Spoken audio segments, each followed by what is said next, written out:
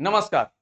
आजचा आपला विषय आहे की 2025 मध्ये इंजिनिअरिंग करावी की नाही करावं. आणि हे महत्वाचे जर प्रश्न आले तर मी माझ्या कोल्हापुरी भाषेतच एक्सप्लेन करतो, कारण ती चांगल्या पद्धतीनं आपण एक्सप्लेन करू शकतोय. तर काय झालं माहितीये का, विद्यार्थ्यांना इंजिनिअरिंग करावी की नाही करावी ह्याच्यावर प्रश्न पडायला लागलेत. लहानपणापासून स्वप्न असतं इंजिनिअरिंग करायचं आहे की नाही करायचं. काही जणांचं मार्क्स कमी पडले, काही जणांचे आता सीईटीचे मार्क्स आले ते कमी झालेत. मग प्रश्न पडतोय, त्यात महत्वाचं म्हणजे मापाडी संघटना. मापाडी संघटना म्हणजे काय, आसपासची लोक येईल तो सांगतो इंजिनिअरिंग कशाला करायला लागलाय, तिथं कुठं स्कोप आहे, तिथं कुठं बघतो गलीतला पिंट्या कट्ट्यावर बसला इंजिनिअरिंग करून. मग जो तो काय नाम्यात तो चाललाय तर त्याला किती 2,000 5,000 10,000 15,000 असा पगार आहे, काही जण फुकट चाललेत. अशी काहीतरी मापाडी संघटना. मुलं डिमोटिवेट झालेत. मग आपण म्हणलं की बाबा व्यवस्थितपणे सपशेल सगळं व्यवस्थित सांगावं, सपशेल महत्वाचं आहे. ठीक आहे. तर आपला मुद्दा आजचा आहे की इंजिनिअरिंग करावं की नाही करावं, हा पॉइंट आहे. बाकीचे कोर्सेस काय आपले आहेतच, खूप कोर्सेस आहेत 12वी नंतर, पण मुद्दा पकडलाय की इंजिनिअरिंगचा. मग ह्या व्हिडिओमध्ये आपण इंजिनिअरिंगचे गोष्टी काय काय असतात. काही मुलं म्हणतील सर आमची परिस्थिती नाही आहे, मग त्याच्यासाठी फी फी सांगतो. मुलींना फ्री आहे, मुलांना आता काही लोक म्हणतात की मुलींना फ्री नाही, ते सांगतो कुठं प्रॉब्लेम आहे. सगळ्यांना फ्री आहे. मुलांना जी SC ST NT त्यांची ट्युशन फ्री जाते, ते फ्री जाते. उरलेली काही मुलं असतील म्हणजे ओपन मधली ती EWS मध्ये येतात, SEBC मराठा EBC वाले, ह्यांना 50% फी माफ आहे. उरलेली 50% पण कशी माफ होते हे सांगतोय, त्याचा एक वेगळा व्हिडिओ येईल. म्हणजे पैशांचा प्रश्न येणार नाही. दुसरा म्हणणार की आम्हाला अभ्यासच जमत नाही आणि आता ते 12वीचे मार्क भेटल्यानंतर घरातली हाणायला लागल्यात सकाळपासून, एवढं कमी पडलं तो इंजिनिअरिंग कसं काय होणार. त्यांच्यासाठी पण सांगतो की पास होणं कसं सोपं आहे. छोटे छोटेसे पॉईंट करून मी एक्सप्लेन करेन की इंजिनिअरिंग काय आहे, आणि देन त्याचा एक मोठे व्हिडिओ नंतर बनवूया. ठीक आहे. अगोदर आता मी इंजिनिअरिंग बद्दल बोलतोय. तर बाबा माझं एज्युकेशन, कारण माप काढणारी खूप आहेत. मी काय शिकलोच नसेल तर काय म्हणणार. माझं एमटेक आहे थर्मोडायनॅमिक्स मधून, मेकॅनिकल इंजिनिअरिंग आहे. 10 वेळा गेट एक्झाम मी क्वालिफाय केले. गेट एक्झाम काय असते ते इंजिनिअरिंगच्या मुलांना किंवा मास्टर्स करणाऱ्यांना, म्हणजे ग्रॅज्युएशन नंतर पुढे जाणाऱ्यांना विचारा. IIT पेपर घेते, 10च्या 10 वेळा चांगल्या मार्कांनी क्लिअर केले मी. NIT ऍडमिशन होतं, VGTI मुंबई, वालचंद सांगली. ठीक आहे. IIT मध्ये ऍडमिशन मिळालं नाही. मिळालं नाही तर मिळालं नाही, काय करू. ह्या कॉलेजांमध्ये तर मिळालेलं. ठीक आहे. म्हणजे इंजिनिअरिंग बद्दल बऱ्यापैकी माहिती आहे मला. ओके. आता पॉइंट काय आला, काही विद्यार्थी जे म्हणतात ना की बा सर आम्हाला सगळे सांगायला लागल्यात इंजिनिअरिंग करू नको, हे करू नको, ते करू नको. ती मापाडी लोक. आता त्यांचं कामच काय, माप काढायचं, काढू दे ना त्यांना. ती काय म्हणतात, इंजिनिअरिंगला कशाला गेलायस बाबा, ते नोकऱ्या नाहीत. ठीक आहे, तुम्ही चुकून फार्मसी निवडलं. फार्मसीला कुठं चाललंय, कुठं मेडिकलचं दुकान टाकणार आहे, आणि तिथं तर कुठं कंपन्यांमध्ये नोकऱ्या आहेत. ठीक आहे. तुम्ही BSc ला चालला असाल, BSc काय राहिलेलं नसतंय. BSc करून कुठं काय घालाय, शिक्षक बिक्षक काय, ते काय आता जागा आहेत काय, किंवा ते रिसर्च बिसर्च तुझ्याकडे झेपणार आहे का, हे सांगणार. पुढे जाऊन तो विद्यार्थी म्हणला मी BA BCom करतात, हे डोक्या बिक्या पडलेस, असं कुठं करतात, ते काय नसतंय. हे सगळे मापड आहेत ना. मला त्यांना असा मुस्काडू वाटतो ना पहिला, की का काय करल ते नको म्हणतात. कोण सांगायला लागले हो. मी म्हणतोय 10 मधले 9 लोक तुम्हाला जी मापच काढणारे असतात, जी तुम्हाला नेहमी येऊन भेटून माप काढून जातात. चांगली लोक आहेत ती तुमच्यापर्यंत येत नाहीत किंवा तुम्ही त्यांच्यापर्यंत पोहोचत नाही. ती तुम्हाला व्यवस्थित गाईड करतील की बाबा बाळ हे करू शकतोस. असा कुठलाही जो चांगला गाईड असतो तुम्हाला करणारा, तो असं नाही सांगत हे कर. तो तुमच्या समोर ऑप्शन्स ठेवणार 3-4, बाळ हे कोर्सेस आहेत, ह्याच्यामध्ये हे फायदे आहेत, हे तोटे आहेत, तुला ह्यातला कुठला निवडायचा योग्य बघ. मग तुम्ही त्याच्यावर विचार करून तुम्ही निवडू शकताय. नाहीतर नुसती म्हणणारे ढीगवर आहेत ना, हे कशाला करायलाच ते कशाला. त्याला विचार काय करू आणि कशासाठी करायचंय, त्याला माहित नसते. ते स्वतः शिकलेलं नसतंय आणि ते काय सांगणार आहे तुम्हाला. त्यामुळे अशा लोकांचं ना डोक्यातनं काढून टाका. आता असं मेसेज पडायला लागलेत की मुलांना स्वतःवर डाऊट व्हायला लागलाय. काही मुलांचं लहानपणापासून स्वप्न होतं इंजिनिअरिंग करायचं, त्याला ह्या मापाड्यांनी त्यांचं डायव्हर्टच केले मन, आणि मग मुलं कन्फ्युज झालेत. ठीक आहे. मग तुम्ही अशा लोकांचं विचारच नका करू. ते येऊन तुम्हाला हे करू नको ते करू नको सांगतात. ऑप्शन्स देणाऱ्या लोकांना भेटा. खूप चांगली लोक आहेत बाहेर, तुम्ही जाऊन त्यांच्यापर्यंत पोहोचा. काही लोक वेळ देणार नाहीत, काही देतील, काही बसवून घेतील, कारण का तुमचं काम आहे. आणि त्या लोकांनी आयुष्यात काहीतरी चांगला तीर मारलाय, त्यांना भेटावं लागतंय. आणि भेटते वेळी ना ऑप्शन, प्रत्येक जण आपलं चांगलं सांगेल, पण तुम्ही अशा लोकांशी भेटा की ते तुम्हाला ऑप्शन्स ठेवतील समोर. ठीक आहे. सो अशा लोकांपासून लांब राहा की तुम्हाला ते सांगतात की काहीच हे करू नको ते करू नको. ठीक आहे. क्लिअर आहे. ठीक. इंजिनिअरिंग करायचं ठरतंय किंवा तुम्हाला करायचं आहे तर त्याच्या पुढे बघू. ओके.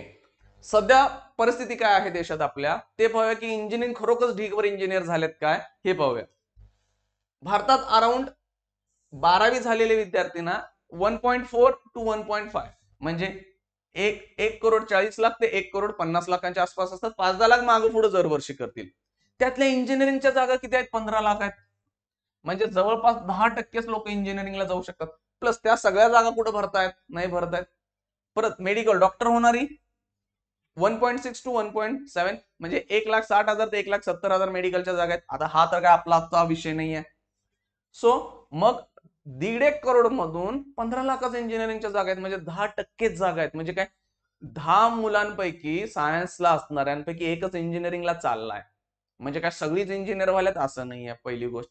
आणि इंजिनिअरिंगला बदनाम का केलं जातंय? कारण ज्याचं नाव असतं त्यालाच बदनाम करा ना.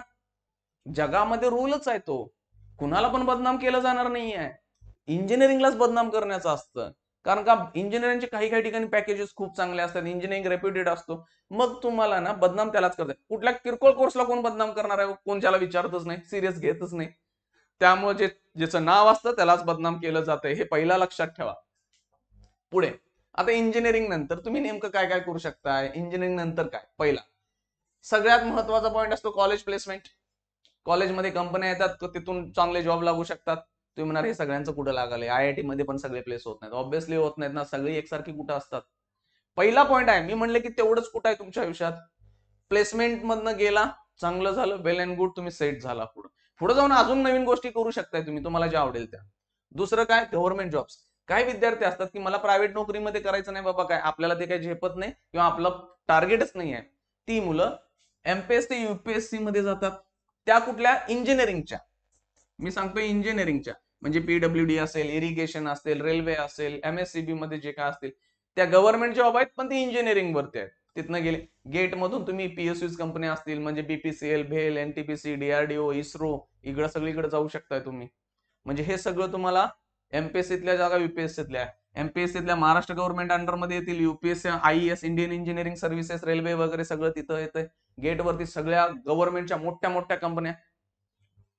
हे झालं, हा दुसरा ऑप्शन झाला. मग काही मुलं म्हणतील आम्हाला हे पण नाहीये, मग गेट थ्रू परत पुढचं शिक्षण घेऊ शकता. परत NIT, IITs, top engineering colleges. तुमचं समजा इच्छा होती 12वीला खूप चांगला अभ्यास करायची आणि JEE दिला, CET दिला आणि तिथं काहीतरी कमी पडले किंवा झालं नाही, तर त्या विद्यार्थ्यांना आणखीन एक चान्स मिळेल. पुढे जायचा, परत ह्या कॉलेजांमध्ये जायचं मास्टर्स डिग्रीसाठी, MTech साठी, तिथं जाऊ शकता तुम्ही. ते नसेल, काही विद्यार्थी म्हणतील की नॉन टेक्निकल जातो आम्ही. नॉन टेक्निकल म्हणजे काय? बऱ्यापैकी जे MPSC UPSCच्या जागा आहेत बघा, SSC असेल, मग तिथं नॉन टेक्निकल साठी म्हणजे कुठल्या सर, मग तहसीलदार, डेप्युटी कलेक्टर, पोलीस असेल, MPSCतल्या ह्या जागा झाल्या, UPSCतल्या परत IAS, IFS, IPS वगैरे इकडे जातात. तुम्ही इथं ठीक आहे ना, ह्या दोन्हीमध्ये जाऊन चेक करा जावा. आज मॅक्सिमम मुलं इंजिनियर आहेत. म्हणजे इंजिनिअरिंग वाले ऑलरेडी थोडंसं ती स्ट्रगल करून आलेत लाईफमध्ये आणि त्यांचा बेस परफेक्ट आहे. ती का करतात सांगतो तुम्हाला. इथं परफेक्ट होईल की नाही होईल माहित नाहीये, म्हणजे जागा खूप कमी आहेत. मग जर नाही झालं तर त्यांच्यासाठी बेस्ट ऑप्शन काय असतो की माझं इंजिनिअरिंग बॅकग्राऊंड आहे, मी त्याच्यावर काहीतरी करू शकतोय.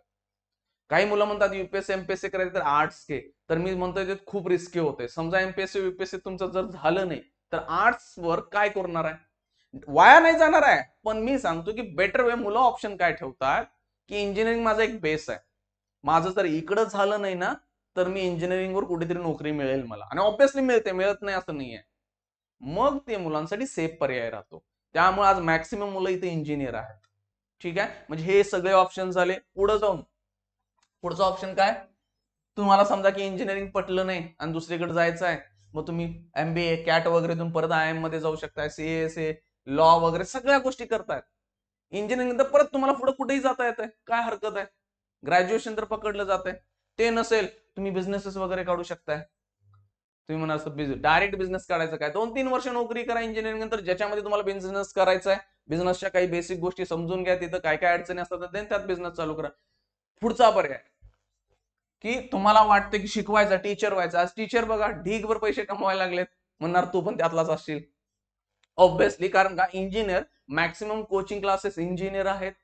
मोठमोठे तुम्ही सिटीज बघताय तिथं पण इंजिनियर्स आहेत. पगार आज ढीग आहेत. तुम्हाला बेस्ट कंपनी जो पगार देत नाही ना, तिथं तुम्हाला कोचिंग मध्ये पण मिळतात. कोचिंग मध्ये शिकवायला जावा, स्वतःच काढा, काही करा, तुमची जी इच्छा आहे. तुम्हाला जर टीचर व्हायचं असेल. ते सोडून समजा हे तुम्हाला काहीच, हे पण झालं नाही, हे मागच्या ह्यातलं पण काहीच झालं नाही, प्रायव्हेट कंपनी आहेत की परत जॉबला, तिथं कोण सोडलंय? म्हणणार प्रायव्हेट कंपनी ते बघा, त्याला म्हणतो आपण ऑफ कॅम्पस. काय ऑफ कॅम्पस जाऊ शकताय ना, कॅम्पस प्लेसमेंटच कशाला पाहिजे, नाही झालं ठीक आहे, परत इंजिनिअरिंग. म्हणजे मी एवढे सगळे ऑप्शन देऊन पण जर तुम्हाला ते झालं नाही, तर ऑफ कॅम्पस चला बाबा, मी सिव्हिल इंजिनियर आहे, मेकॅनिकल आहे, कम्प्युटर आहे, मला जॉब वगैरे. हे तर बऱ्यापैकी विद्यार्थी तसेच होतात. 1-2 वर्षामध्ये परत त्यांचं रॉकेट, डायरेक्ट चांगले पगार, चांगल्या कंपन्या, जर तुमच्याकडे चांगल्या स्किल्स असतील तर. म्हणजे काय, इंजिनियर ना असं घरात बसून राहणार नाही, आणि जे घरात बसून राहतायत त्यांच्या अपेक्षा खूप मोठ्या असतात. समजा कॉलेज प्लेसमेंट वगैरे नाही झालं, तर त्यांना ऑफ कॅम्पस गेल्यानंतर लाख रुपये पगार द्या, 50,000 द्या, असं काहीतरी असतं. कोण अपेक्षांमुळे तटतंय, नोकरी मिळत नाही असं होत नाही. सुरुवात कुठून तरी करा, भले कमी पगार. आता एवढे सगळे ऑप्शन दिलेत, त्यातनं नाही झालेलं कुठल्याच ऑप्शन मधनं, तर तुम्ही पुढचा ऑप्शन चूज करा ना. चला कंपनी जी देते ना नोकरी, पहिला ती पकडा, तिथनं पुढे सुरू करूया. मग इतके सगळे ऑप्शन आहेत तरी पण लोक ते सांगत असतात की नको करू, हे करू. का माहितीये का, त्यांना क्लिअर आयडिया नाही आहे की इंजिनिअरिंग मध्ये पुढे कुठं कुठं जात आहेत आणि काय करतायत. त्यांनी फक्त गल्लीतली 4 मुलं बसलेली पाहिलेत इंजिनियर, किंवा कमी पगार मिळणारी पाहिलेत, आणि त्यांचं बघून ती बाकीच्यांना सांगायला लागलेत. मग तुम्ही तशा लोकांचा विचार करू नका, हे खूप ऑप्शन्स आहेत, ह्यामध्ये हजारो पर्याय तयार होतात. ते पण सांगेन तुम्हाला जर पर्टिक्युलर आयडिया असेल. आता जो काउन्सिलिंगचा ग्रुप आम्ही चालू करतोय ना, त्याच्यामध्ये तुम्हाला 4 वर्ष काय करायचं हे सांगतो पुढे जाऊन, की बाबा पुढे 4 वर्षांमध्ये काय काय करू शकताय. त्याचा एक सेपरेट मी ग्रुप बनवायचा प्लॅन केलाय. मी आणि प्रतीक सर बसलो की नेमकं काय काय देता येईल. आता आमचे जे मित्र क्लासमेट जे आहेत सगळे आता मॅनेजर पोस्टला आहेत. आम्ही शिफ्ट केलं बाबा, आमचा फोकस दुसरीकडे आला, आम्ही शिक्षकांमध्ये आलो, शिकवायची इच्छा होती. मग तुम्हाला त्या गोष्टींमध्ये आम्ही सगळ्या सांगतो की बाबा नेमकं कसं करायला लागेल, 4 वर्षांमध्ये काय काय गोष्टी असतील. ठीक आहे. पुढे आता काही आणि परत प्रश्न काय असतो की बाबा इंजिनिअरिंगची फी प्रश्न पडलाय की बाबा ती फी आम्हाला झेपणार की नाही झेपणार. मुलींचं सगळं शिक्षण फ्री आहे. हा, कोणाचं फ्री आहे, ज्यांचा इन्कम 8 लाखांपेक्षा खाली आहे. म्हणजे घरच्यांचा इन्कम 8 लाखांपेक्षा खाली असेल तर त्यांची परिस्थिती बाबा म्हणली जाईल, बाबा ते कुठे येतात, थोडस त्यामध्ये अप्पर मिडल क्लास किंवा श्रीमंतांमध्ये बसत नाही, तर त्यांना फ्री. 8 लाखांच्या वर ज्यांचं उत्पन्न आहे त्यांना येत नाही. 8 लाखांच्या वर ज्यांचं उत्पन्न आहे ते सगळे ओपन मध्ये येतात. काही जणांच्यात अजून कन्फ्युजन आहे, आमची कास्ट नाही, आम्ही ओपन आहे. ओपन जरी असला तर ईडब्ल्यूएस सर्टिफिकेट काढा, 8 लाखांच्या खाली असते, थोडेसे नियम्स आहेत ते काढून घ्या, तुम्हाला बाकीच्या म्हणजे मुलींचं फ्री झालं. ठीक आहे. देन परत मुलांसाठी होतो म्हणणार, म्हणजे ज्या मुली घेतात 40% ऍडमिशन इंजिनिअरिंगला त्या फ्री झाल्या. मुलांमध्ये काय, SC ST वगैरे ज्या कास्ट आहेत त्यांचं सगळं ट्युशन फी जी ती पण फ्री झाली, मग तिथं प्रॉब्लेम नाहीये. उरली मुलं कुठली, पण ईडब्ल्यूएस इकॉनॉमिकली विकर सेक्शन आहे जो, म्हणजे 8 लाखांच्या खाली सांगितलं. जे मराठा येतात त्यांना, EBC OBC विद्यार्थ्यांचे काय त्यांना 50% फी माफ होते, म्हणजे तुमची ट्युशन फी जी काय असेल त्याच्या 50% माफ होईल. मग उरलेल्या 50% फीचं काय, उरलेल्या 50% ढीगभर ज्या स्कॉलरशिप आहेत ना त्या तिथं घ्या. 60% क्रायटेरिया असतो, 60% पाडा, तुम्हाला सगळी फी. समजा आम्हाला 60% पडत नाही सर, आम्ही अभ्यासच जमत नाही आम्हाला, ठीक आहे, मग अजून 2-4 स्कॉलरशिप आहेत, ती उरलेली फी निघते त्यातनं, 60%ची पण गरज नाही, त्याचा व्हिडिओ सेपरेट बनवतोय. मग हे सगळं आहे की सगळं देतात. माझे बरेच विद्यार्थी आहेत त्यांची फी आज 0 रुपया भरतात, ती कॉलेजला 1 रुपया पण देत नाहीत, आणि स्कॉलरशिप घेतात ती वेगळी, 1.5-2 लाख रुपये गोळा करायला लागल्यात वर्षाला. म्हणजे काय, रोज कॉलेजला जातात, 4 वर्ष फुकट शिकली, प्लस स्कॉलरशिप आणि 1.5-2 लाख रुपये मिळाली, म्हणजे महिन्याला 15,000 पगार मिळाल्यासारखा 12वी नंतर.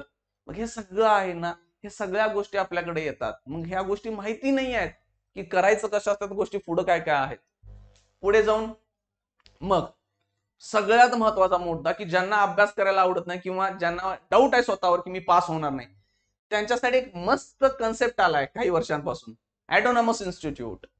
ऑटोनॉमस कॉलेजेस काय आहेत माहितीये का, तिथला शिक्षक शिकवतो, तोच पेपर काढतो, तोच चेक करतो, मग कशाला फेल करता तो, त्यानं शिकवलेल्या वहीतले ना तेच पॉइंट तो पेपरला टाकत असतो. माझे बरेच मित्र क्लासमेट ते आज इंजिनिअरिंग कॉलेजेस मध्ये शिकवतात.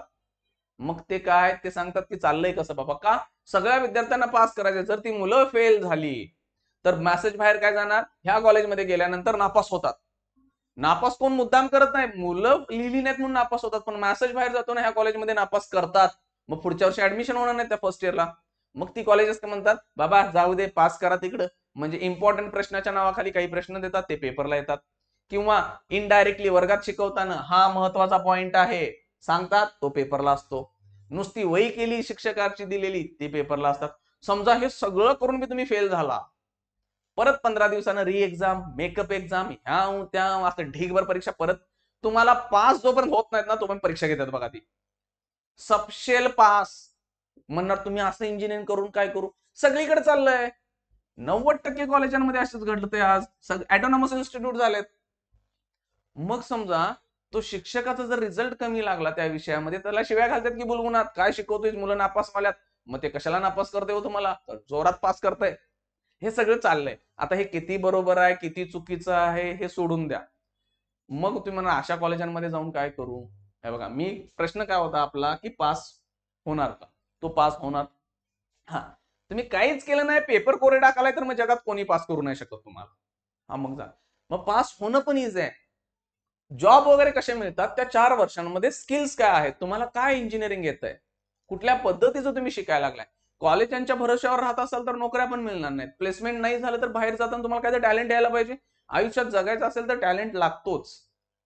चांगल्या पण, हा तुम्ही ठीकठाक पगार पाहिजे असेल तर ठीक आहे, तुम्ही कसे ते ढकलून द्या, पण चांगल्या गोष्टीला पोहोचायचं तर स्किल्स पाहिजेत. त्यामुळे सांगतोय की इंजिनिअरिंग मध्ये खूप ऑप्शन्स आहेत. फीचा पण प्रश्न तुमचा घालवला, पास होण्याचा पण प्रॉब्लेम नाही आहे. आणि तुम्हाला इंजिनिअरिंग करायचं आहे, बिंदास्त करा, काही नाही. बरं चला म्हणणार हे करून बी आम्ही पास होईना, ठीक आहे, पास एक पण विषय नाही सुटला फर्स्ट इयरला, द्या सोडून. कारण इच्छा मरता कामा नये. म्हणजे आयुष्यभर राहतं. मी बऱ्याच जणांना भेटतो की मला आयुष्यात हे करायचं होतं, ते राहून गेलो, माझी परिस्थिती नव्हती, हे नव्हती, ते नव्हती. ते तर रिग्रेट करणार नाहीस ना.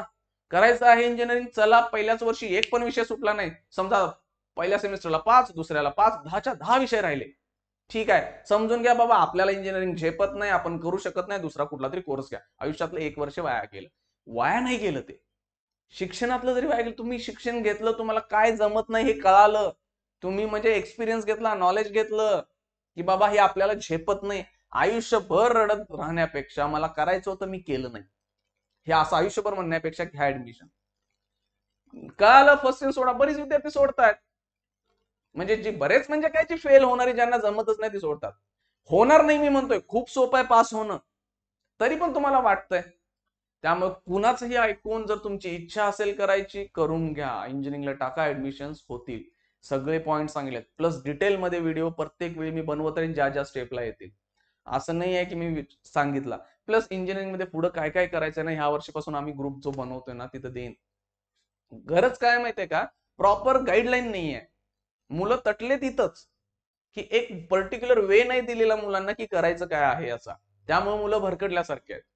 ठीक आहे, व्हिडिओ खूप मोठा होतोय, थांबूया इथंच, परत डिटेल्स नंतर गोष्टींचा देतोय. ठीक आहे, चला, थँक्यू.